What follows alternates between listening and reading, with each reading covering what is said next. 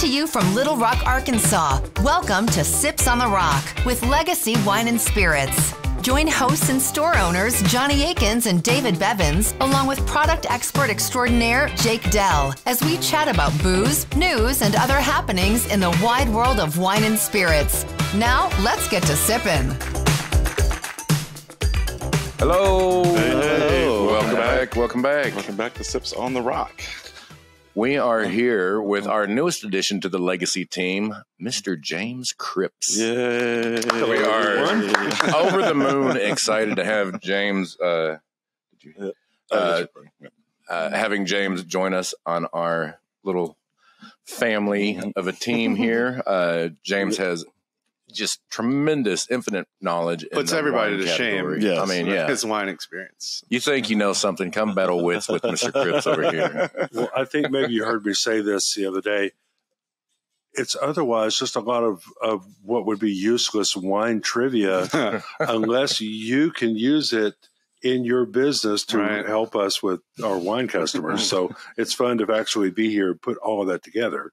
Put it to some good use. Well, James, tell our listeners a little bit about your background. I mean, like, you don't have to give years or anything. We want to know everything. Started day one. Let's talk about just the nutshell. I'm a Little Rock kid, long-time Little Rock kid. And in college, I went to work at the beer store closest to the campus. And on long, slow nights, well, first off, I figured out there were two ends of the store. There was the unair-conditioned end that did a lot of beer kegs. Right. And then there was the end where all the wines were that was air-conditioned. And somehow I would get to work back there and work on my homework and look around at all the bottles and think, wow, I'd like to go there. And I'd like to go there too. And eventually it was about, well, I'm going to take a bottle of wine from this place. And it sort of also started at that time my love of travel. And then I'm a history nerd, and wine is so tied into history that all three of those habits together caused me to learn quite a bit about wine along the way. And the other weird thing is that I studied classical singing, classical voice in college, got out of college realizing, I really wasn't that talented. What am I going to do? And at that same beer store, someone said, well, you pronounce wine labels better than anyone else in the store. And that's because I had been made to take diction, French, German, and Italian diction. Now, I know a few choice phrases in each of those languages, but that's it. But I can usually look at a wine label and read it and know exactly what it is saying. So all that together, I cobbled together a career around. And since then, I've always been a wine educator and spirits educator as well. But I have done everything from being a retailer to a wholesale distributor of alcohol and wines to an importer and importing wines mostly from Europe.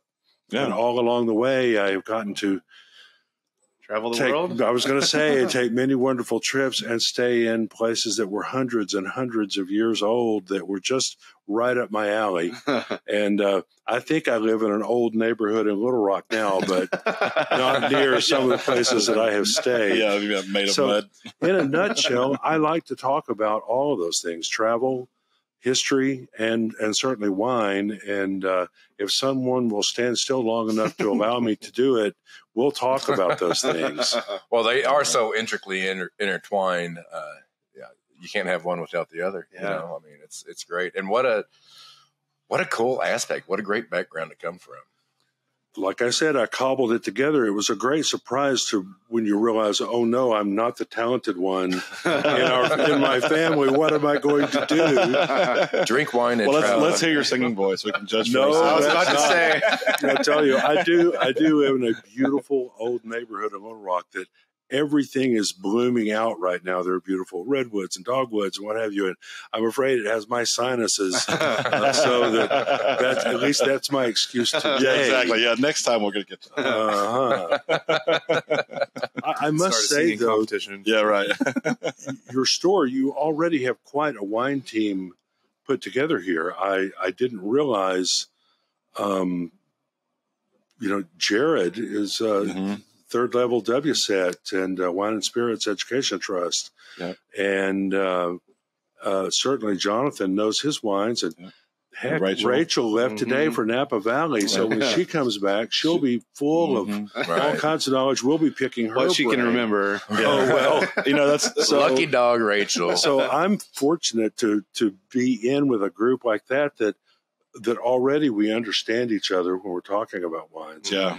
And your store, it's a wonderful selection of, there are certainly the wines that you can get at grocery that are in there, those big brands, but what you have so much of, and what I hope to be able to help with, and what I would most like to speak about, are those wines that are really still made by the families, that are estate bottled. Doesn't mean you have to spend a whole lot of money on it, but it might be sitting right next to that wine that all your neighbors know about and talk about, but don't really know what they're drinking. Right.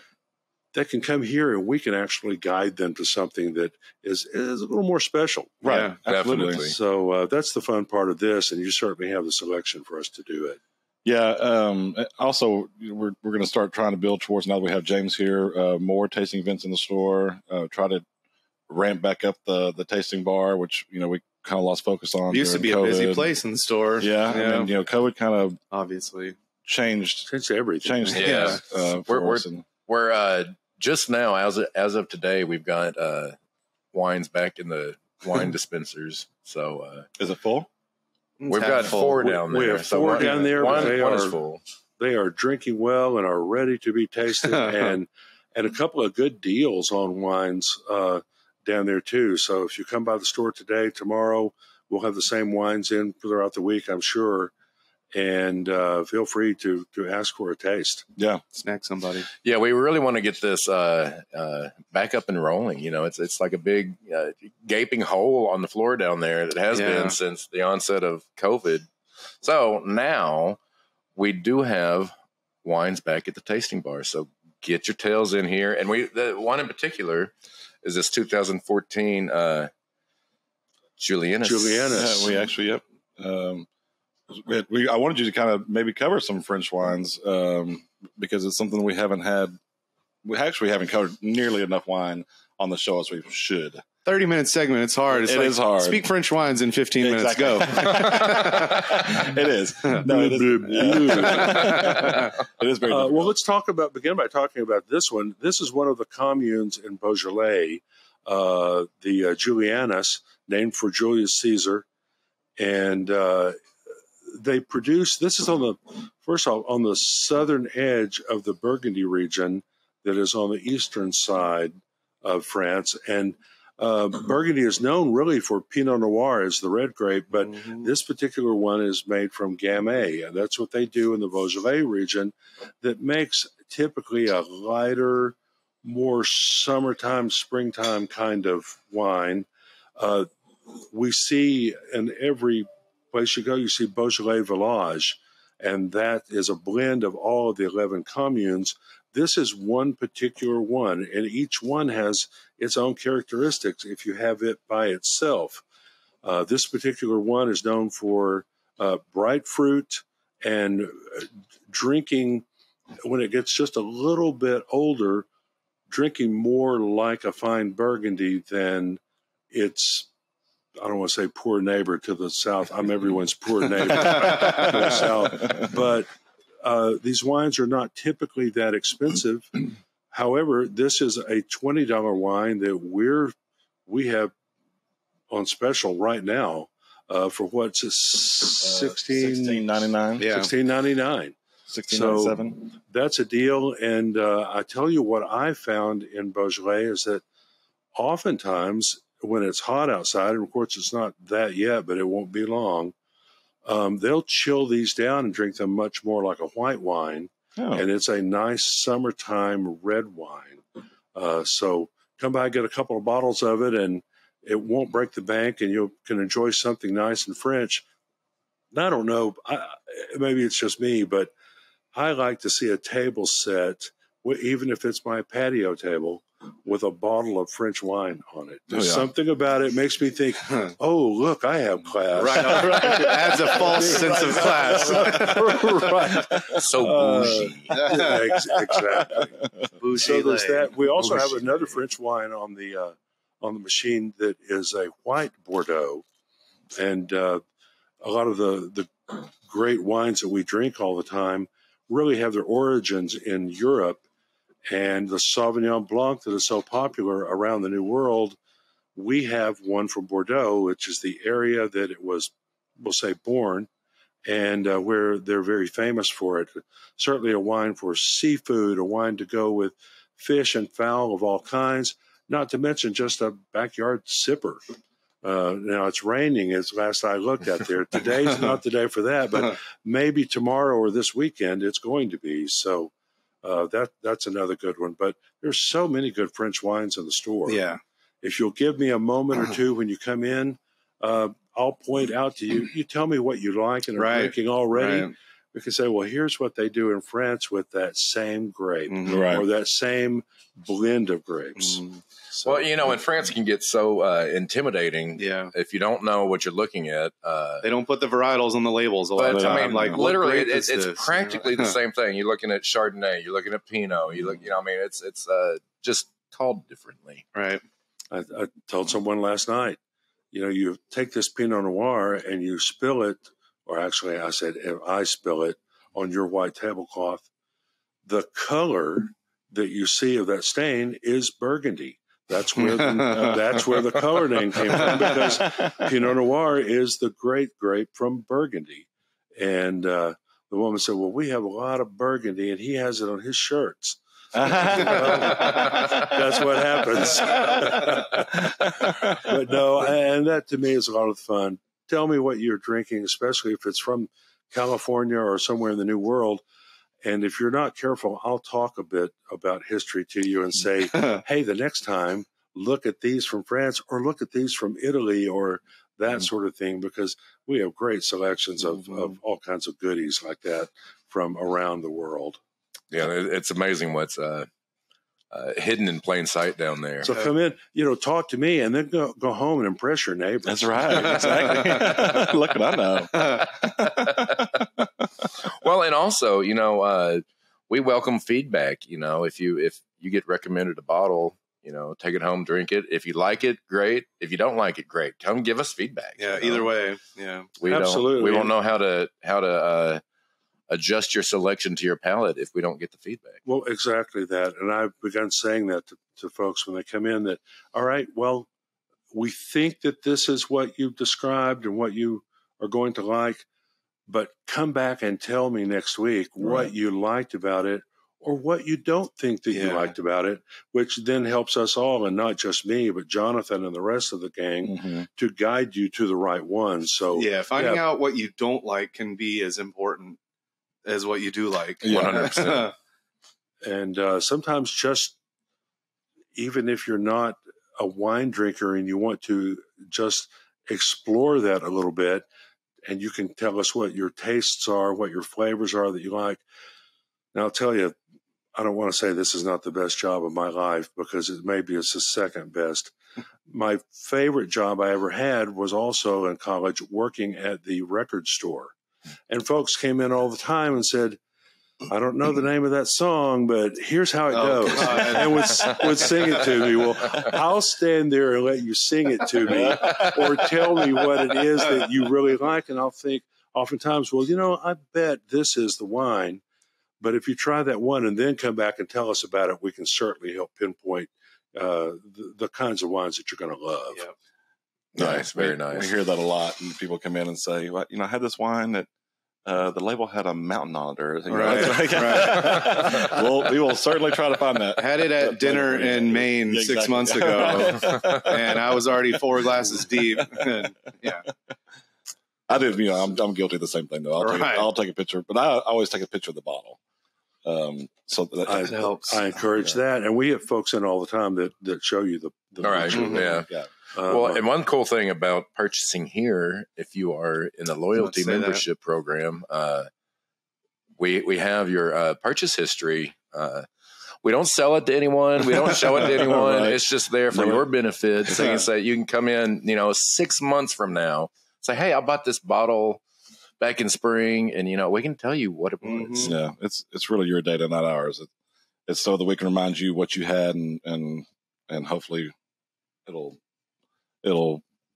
remind you what it was that you liked. Right. Well, it is helpful. I mean, I can certainly look at that and know, okay, they've tried these various things, and even if they don't remember it right off the bat, I can say, well, it looks like you took home 2 different ones of these to remember if you liked that or not. Yeah, it took me. I tried a second one and I didn't. I decided I didn't. Well, how about this next? Oh, that's the one I liked. My wife liked it too, and on and on. And it just helps to narrow it down because let's face it, guys, it's like we're in a big candy store and there's a lot of candy. Yes. And you want to know the kind that you like. I'm not a big fan of licorice. Right. I was about to I want to know that I tried that once and I didn't want to go back. Right, exactly. Absolutely. And, we've been talking about it internally for years, getting some more offsite events planned out, and where we can legally sample more than 3 1.5 servings or whatever. Yeah. So we can actually have a proper tasting. I sure hope that we get that going soon. My great friend Bruce Cochran, who is one of those people that pushed me toward the wine, but he's the one that said you pronounce these labels back in the day. Yes, we go back that far. Wow.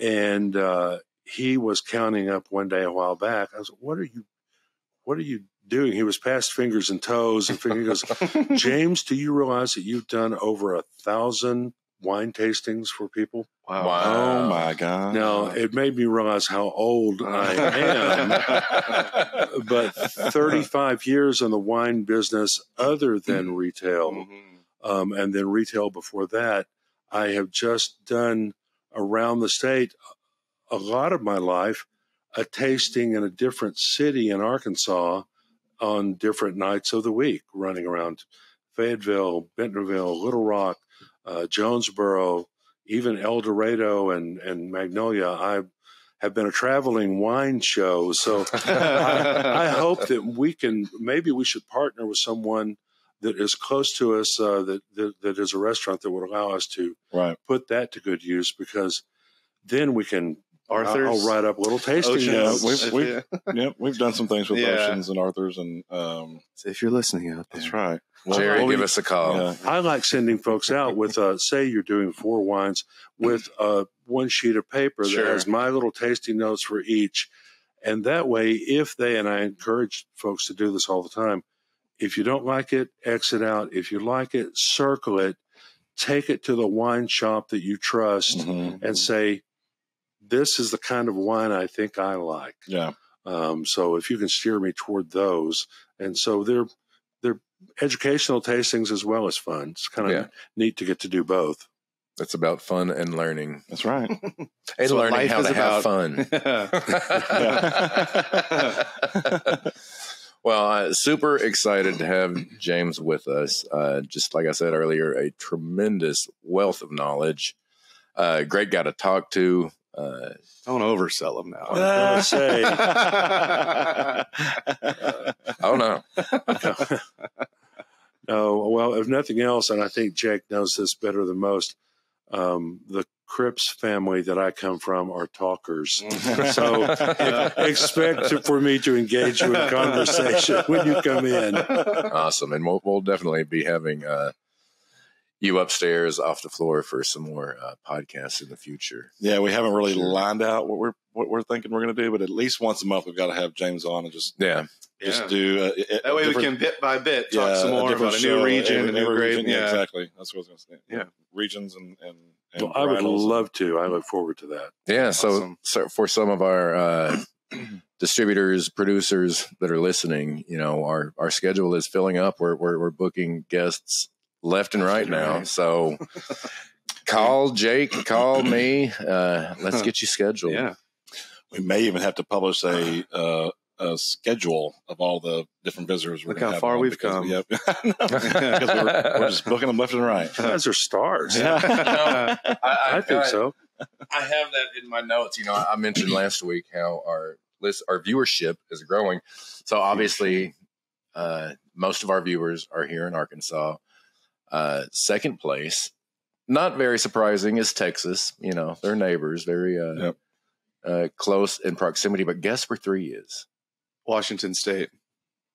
Oregon. I knew it. You're close. Close. Yeah, our third largest viewership comes from Oregon. And then there's a 3-way tie for number 4. Florida, with one Georgia, listener apiece. and Virginia. So, but I know that we have people outside of the country that listen because I know them personally, and it doesn't show up on this reporting. So, no, it only shows U.S. Yeah.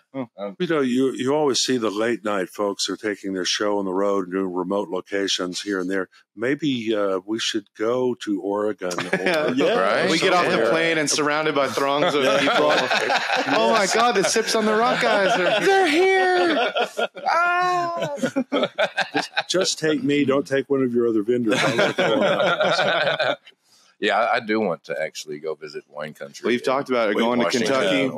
We've got to figure out how to get some mobile mics situated so that we can do that. I'll just scream through my phone. Right.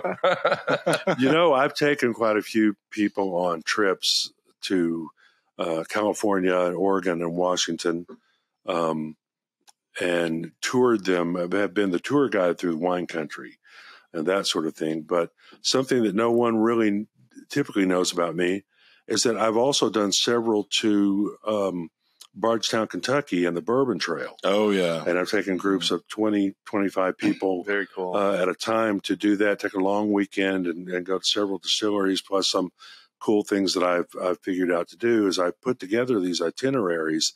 So if people want to come in and talk about their vacation to either wine country or to bourbon country, for instance, I'm pretty good at helping with their itineraries. Typically, they want to pack in more than is physically they can physically do, and that can make the trip not as good for them at all. Anyway, I've learned a few things, and I don't mind sitting down and mapping out itineraries to any of those places. Certainly, the ones that I've been to, for those that would like to do it themselves. That'd be awesome. I'd love to. Actually, for myself, plan some more trips. But I'd love to get to a point where we could get some of our customers like a little group vacay. Yeah, the Bourbon Trails would be something close and fun to do. And we've been to like a couple of distilleries in Kentucky, but haven't been on done the trail thing. Right. Oh, listen, I know the old Colonel, which I think David and I talked about this. I think the only thing you really had to do to be an old colonel was to be old and have a white suit. Yeah, right. And maybe the white mustache, but I know that guy.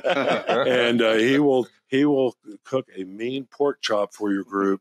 He has a great little bourbon bar, and then spend the night regaling you with ghost stories of the area. Awesome. In fact, his the place where you do this and where his little bourbon bar is, was formerly a doctor's office for a Revolutionary War doctor that came through the Gap and into Kentucky. Right. So it's a historic old place that, yes, he takes you down to the basement to see ghosts and the cemetery across the street. But there are lots of fun things to do besides just walking through distilleries. Right. Yeah, absolutely. So if they'll come and talk to me about it, well, I'll show you some fun things to do. That's really cool. Fill up your entire week or weekend or whatever it is. I'd love to do that.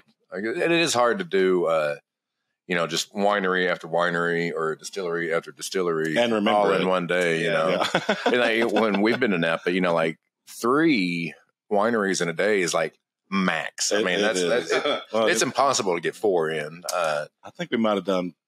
I think 3 was the most we did. We did 3. And it was rushed, I mean, you don't want to be rushed when you're on these things. Well, I've been through hundreds of wineries, and I probably have seen all the tanks and barrels and hoses that I really want to see. Yes. But what I get jazzed about now is going somewhere, and honestly, I've read all about them before I ever go there, so I know what they're doing and the backstory. But if I can stand in the vineyards or look at the vineyards and enjoy the wine, to me, I get a better connection to what's going on. Yeah. And I take your shoes off and Absolutely. dig your toes down there. Be one with nature. At first, I did, and then later when they stopped me from clothes come off doing that, we'll call that the unpleasantness.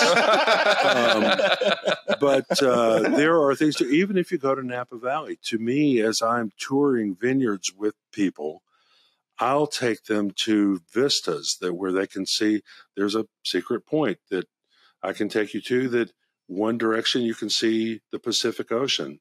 The other direction you'll see the San Pablo Bay. That's a little offshoot of the San Francisco Bay. And then if you look north, you see Howell Mountain, one of the most famous vineyard growing areas out there. But it's a nice break. You go up on the mountain and look out, and for a moment, you're not drinking wine, and you kind of collect your thoughts and see the beauty of it all. So, yeah, I help. If someone's doing an itinerary, I'll do my best to help build in some sightseeing excursions, or go through, if you're in, this place, go through the little Redwood Grove. There's a county park there that no one ever goes to. That had some romance behind the grave. Yeah. Totally. So come in and let's talk about that stuff. Well, we're gonna expand those conversations quite a bit more going forward with James. And matter of fact, if we don't have somebody scheduled, he may do twice a month. We don't know yet. I don't need you guys. Just give me a microphone. Exactly. Maybe just give you the mic and step out.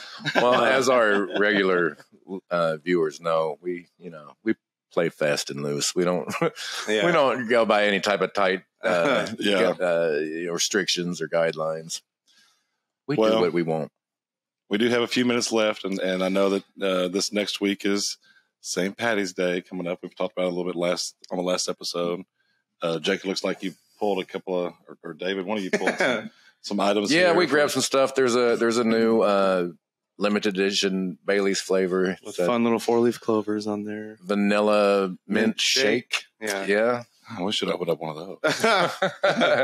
Johnny loves the creamy sweet drink. Right, totally. And Leah's got a big deal down there in the beer department for Guinness, Patty's Day, Ireland, Guinness, it's all one and the same. Yeah, Irish classic Guinness. So Guinness actually is doing some cool stuff. They've got the new 0 ABV, for people that still want to celebrate. Try January. But those are bad words. We don't say those. But and then the new Nitro Cold Brew. I see you also didn't grab the Foreign Extra Stout, which that is what I'm most excited about. It's a style that was in our market 10 years ago, and for my money, it's the best product Guinness has ever distributed here to the States. Wow. And we just got it back in. So look for that. It's a yellow top, yellow label, and it's packs more of a punch. And the Foreign Extra Stout style is something that I could go on about, but it's really cool beer. Well, really my hands were full. Perhaps you should have been down there helping. Yeah, right. Yeah. On these non-alcoholic beers, a friend of ours was actually just in and saw this sitting on our little display, and he was like, I've been buying those so that, when I go out or drink, or I'll have people at the house and drink, I can drink some of those, and then I'll sneak one of those in so that I'm not drinking water. Right. But at least I'm not constantly drinking beer after beer. And if you're going on them in, and it helps them kind of maintain a little bit better. Yeah. Oh, well, that's smart. Mm-hmm. That's right. It's not always a sprint. That's right. Go for a marathon. So the one that you were talking about, the Foreign Extra, Foreign Export, Foreign Extra, bottle only, right? It is. Yeah. Mm-hmm. So, the cans have the little nitrous ball in them. The widget, as it were. Yeah. So, that releases the nitrous gas when you open it. So you get more of a proper Guinness pour with those teeny tiny little bubbles that look like waterfall cream from the top of the head. And right. Nice. Years ago, I worked at, and you might remember Kelly's Bistro. Yes. I was a busboy there for freaking ever before I was 21. And crazy little place. Like after the restaurant closed at night, it was straight up an Irish pub. It certainly was. I don't know why I know that. But I sort of remember all that. And that cranked out really good food the rest Incredibly of the time, good food. Craig was great. He was. Yeah.